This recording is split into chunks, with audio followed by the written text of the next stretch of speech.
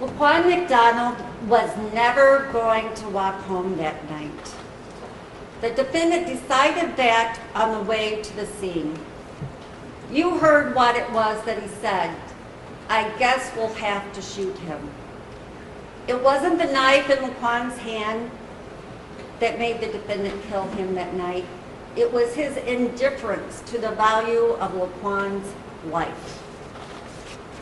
From the time the defendant fired that very last shot, and Officer Velez immediately picked up the telephone and called the Fraternal Order of Police, the police union. This case has been about exaggerating the threat and trying to hide behind the police shield. Why? Because there's no justification for shooting Laquan McDonald that night. Not one shot. Not the first shot, not the 16th shot. Okay, let's get one thing straight here. Laquan McDonald is not on trial. How can anything about his troubled life possibly have impacted the defendant when he made the decision to shoot? The defendant knew nothing about Laquan McDonald. Now, as Mr. McMahon told you in opening statements, police officers can use deadly force in very limited situations. And the judge is going to instruct you on the law. And the judge will instruct you that in each of those situations, an officer can only use deadly force when it's reasonable and necessary. When a police officer puts on his uniform, he knows that he can only use deadly force when it's reasonable and necessary. You know from the minute that an officer enters the police academy, they're taught that. You even heard from a witness on the stand who's an attorney who taught when the defendant went through the academy, they're taught that they only can use deadly force in very limited situations when it's reasonable and necessary. Now, we all know society allows a police officer to carry a deadly weapon. An officer can order you to stop. An officer can tell you to do something. An officer can even arrest you for certain situations. However, they do not have the right to use deadly force just because you will not bow to their authority. Just because Laquan McDonald was ignoring him that night, he did not have the right to use deadly force. We all know that authority can be abused, and an officer knows that when he abuses his authority and uses deadly force when it's not reasonable and necessary, he has to be held accountable. This is not the Wild West out here, when an officer can shoot an individual using deadly force and then try to justify it later. We know the defendant contemplated the decision to shoot the Laquan before he even got out of his vehicle, before he even laid eyes on Laquan McDonald at the scene. When he was a block and a half away, he was contemplating shooting him. And he never adjusted that mindset once he got onto the scene to see what was really happening. He shot too early, he shot too often, and he shot for way too long. He fired 16 shots into Laquan McDonald's body where no reasonable police officer could believe it was necessary. Not the first shot, and certainly not the 16th shot. What was Laquan doing? He was veering away from the officer. He was surrounded by police officers, and an officer with a taser was 30 seconds away.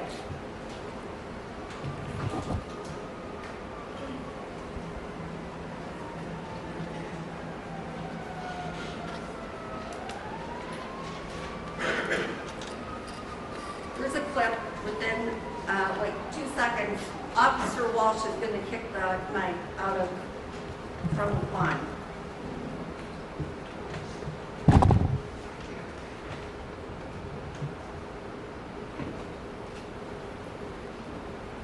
Gary just kicked the knife.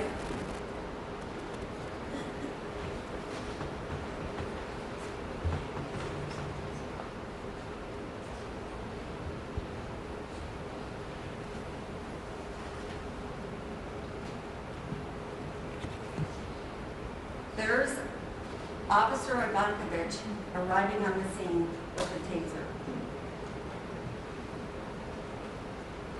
It's about 25 seconds after he kicked the knife from LaQuan's hand. The judge is going to instruct you as to the law.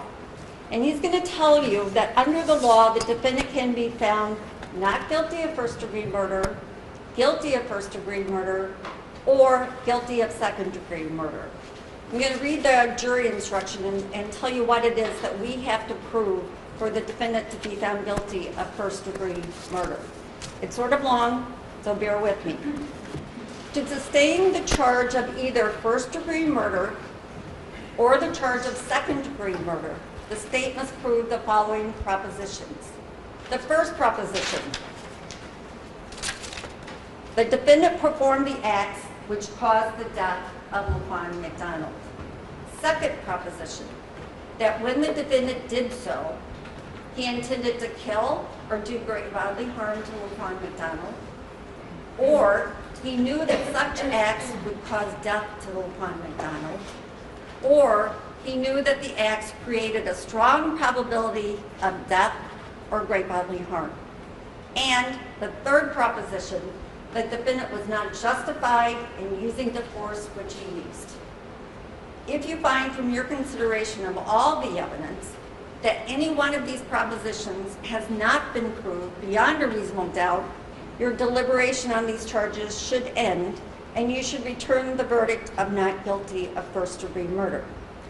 If you find from your consideration of all the evidence that each one of these propositions has been proved beyond a reasonable doubt, then you should go on with your deliberations to decide whether a mitigating factor has been proved so that the defendant is guilty of the lesser offense of second-degree murder instead of first-degree murder.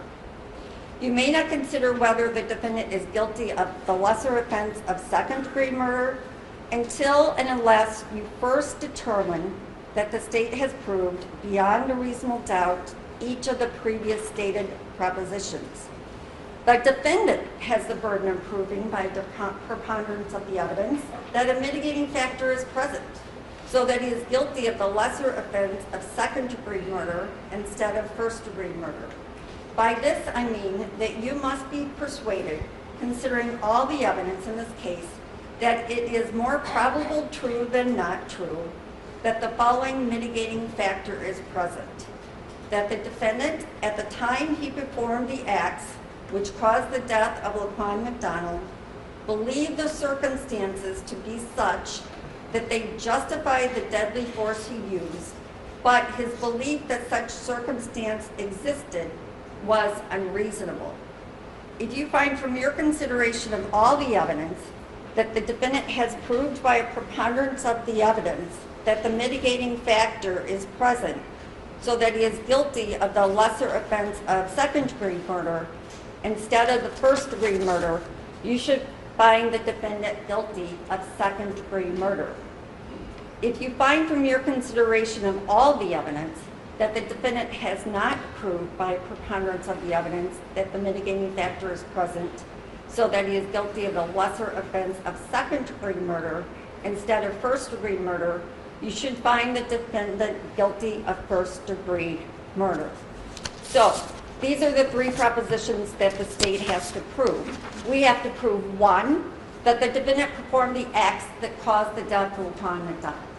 That's been proven beyond a reasonable doubt. We know the defendant fired those 16 shots that killed LaQuan McDonald. The second proposition that we have to prove is that when the defendant did so, one, he intended to kill or do great bodily harm to LaQuan McDonald, Well, he certainly knew that when he was firing 16 shots into the body of Laquan McDonald, that he was going to kill him or do great bodily harm, or he knew that such acts would cause death to Laquan McDonald. Well, certainly we know that if you fire a gun into somebody 16 times, you're probably going to cause death. Or he knew that such acts created a strong probability of death or great bodily harm to Laquan McDonald. Certainly the defendant knew at the time that he was firing each one of those shots that he was creating a strong probability of death or great bodily harm to Laquan McDonald. The third proposition is that the defendant was not justified in using the force which he used. And ladies and gentlemen, that's what's at contention here. The defendant was not justified in using the force. And what do we mean by that? It wasn't necessary. Laquan wasn't doing anything at that moment that made it necessary to kill him, to use deadly force, to shoot him one time versus 16 times. The defendant had a million other options that he could have used other than firing that gun. And the biggest one he could have used was time, patience.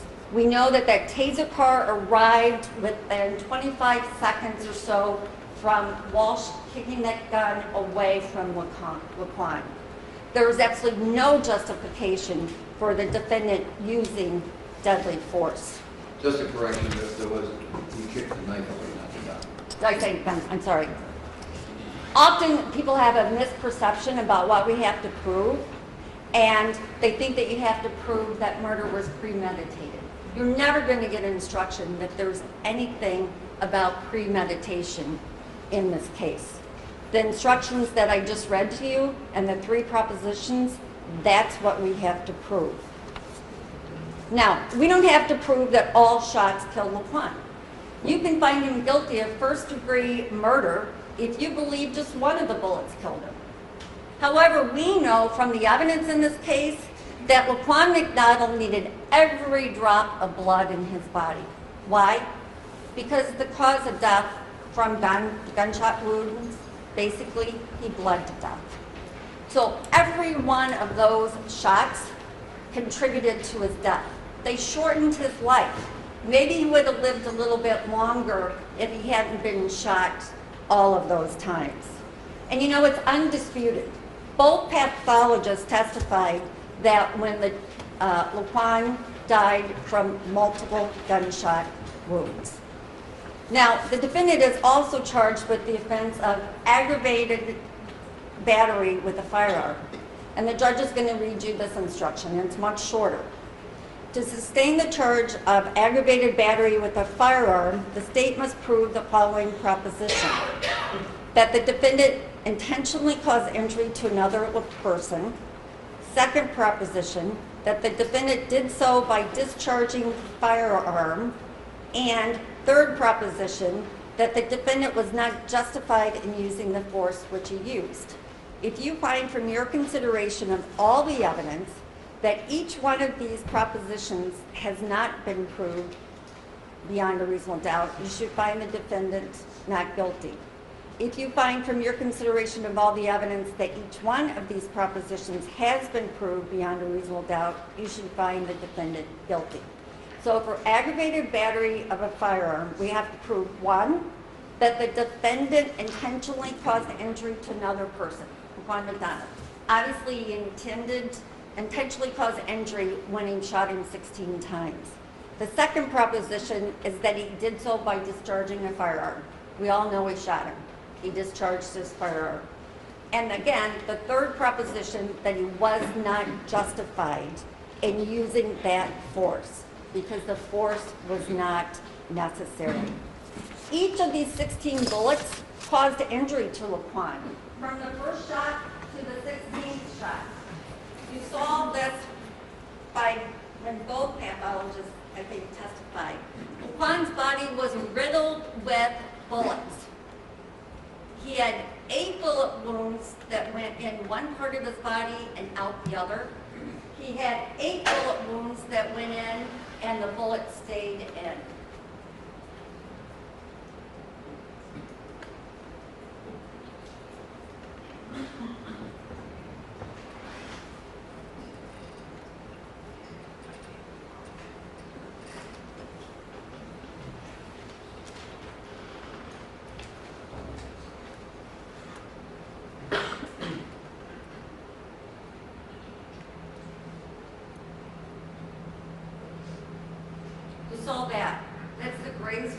to the head.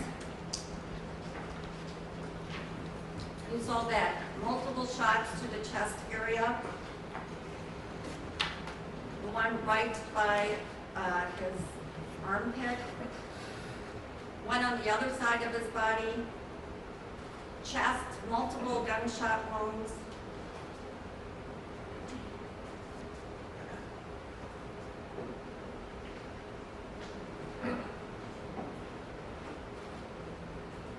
That was to his elbow there.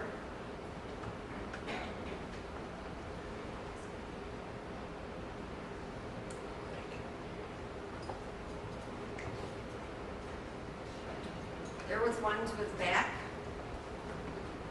The close-up of that one to the back.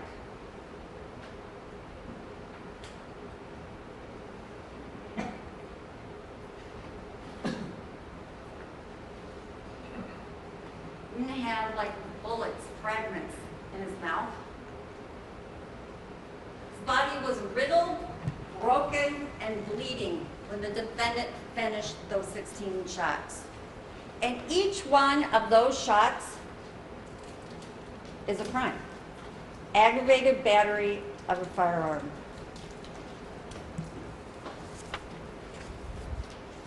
You know what? Dr. Teese even acknowledged on cross-examination that each of these caused injury and each caused blood loss. Now, she said she quibbled about whether or not it was a significant injury or blood loss. Really? You make that decision. Wound number 5, which was the elbow, she says it's not significant. It went in and went out and it broke bones. But in her mind, that's not significant. Well, ladies and gentlemen, it's definitely significant. She also quibbles about whether or not the 14 or 15 additional shots matter. The evidence is clear that Laquan McDonald was alive each time the defendant shot him. They all mattered. Each separate shot is a crime. Each time the defendant pulled that trigger, and we know he had to physically pull the trigger each time he fired that gun and hit Laquan's body, he committed that offense of aggravated battery with a firearm. And when Laquan, when it was all over this is what his body looked like. Riddled with bullets and injuries. You're going to get another instruction from the court. And this instruction is about causation.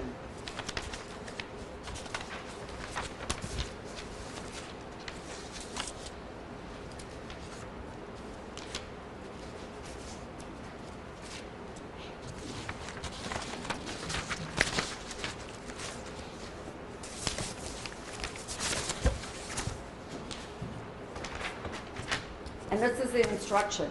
In order for you to find that the acts of the defendant caused death of Laquan McDonald, the state must prove beyond a reasonable doubt that the defendant's acts were a contributing cause of the death, and that the death did not result from a cause unconnected with the defendant. However, it's not necessary that you find the acts of the defendant were the sole and immediate cause of death. Now that's sort of confusing, because we know all the acts of the defendant were the sole cause and the immediate cause of his death. So basically what this instruction is telling you is that all of the acts contributed. Laquan was entitled to the best chance of his survival. Each shot robbed him of that chance of survival. It's certainly possible the shot to the head and the hand might not have caused his death that night, but they all contributed because he bled. These last moments of his life are important. The defendant made those last moments of his life a nightmare. He riddled his body with bullet after bullet. That's why every shot matters, because it shortened his life. It certainly mattered to Laquan McDonald. Now, the judge is also going to give you an instruction as to official misconduct. The defendant is charged with 1 count of official misconduct. To sustain the charge of official misconduct, the state must prove the following propositions.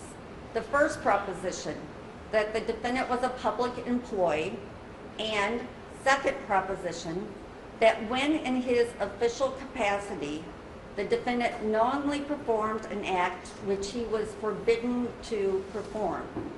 And the third proposition, the defendant was not justified in using the force which he used. If you find from the consideration of all the evidence that each one of these propositions has been proved beyond a reasonable doubt, you should find the defendant guilty. If you find from your consideration of all the evidence that any one of these propositions has not been proved beyond a reasonable doubt, you should find the defendant guilty. So again, 3 propositions. 1, the defendant was a public employee. He's a Chicago police officer. He's a public employee. That when in his official capacity, you know he was on duty in his official capacity as a police officer, and that he knowingly performed an act which he was forbidden to perform. That act is using deadly force when it was not necessary or reasonable. That's the act of official misconduct. That's the act of first-degree murder and those 16 counts of aggravated battery with a firearm. Now, from the very beginning, the defendant has exaggerated the threat. Do you recall? He told Detective March, the detective who was on the scene that night, that when McDonald was within 10 to 15 feet of him, McDonald looked at him and raised the knife across his chest, over his shoulder, pointing the knife at him. He also told the detective that in defense of his life, he backpedaled and fired a handgun at McDonald to stop the attack. He told him that he continued to fire the weapon at McDonald as McDonald was on the ground and McDonald appeared to be attempting to get up. None of that happened. You've seen the videos. He made it up to justify the use of deadly force. What did the defendant tell you when he took the stand? He told you that Laquan raised the knife by his side across his body and pointed it to the left. The defendant says it happened. It's not on the video. It's not on the defendant's own animation of what supposedly happened that night. And he couldn't remember on cross, could he, that he told Detective March those things that night. He couldn't remember that he told the detective that night that Laquan had raised the knife over his shoulder and pointed it at him. Well, you have to ask yourself, isn't that convenient that he can't remember that he made that statement or the others? Perhaps that's because those statements and the ones that he made on the witness stand don't line up with the video. He told you on the stand that he opened his car door because he thought he could knock Laquan McDonald down with the car door. You saw the video. Was that even plausible or believable from where his squad car was at? He's 2 lanes away from Laquan McDonald at the point that he opens the door. Now, he told Detective March that night he opened the door because he was going to get out and confront Laquan at that point. But his partner, Walsh, told him to stay in. He says that Laquan McDonald looked at him with an expressionless face and bugged out eyes. He told Dr. Miller that he looked into Laquan's soul. Really? He looked at Laquan McDonald for 6 seconds. 6 seconds before he made the irrevocable decision to shoot him. Not once, but 16 times. Now, he demonstrated that once he realized that Laquan was on the ground, then he brought his gun down. and he brought the gun down, and then he reassessed. And then he tells you, he claims at that point that Laquan is on the ground and trying to push himself up with his left hand, and his left shoulder is coming up.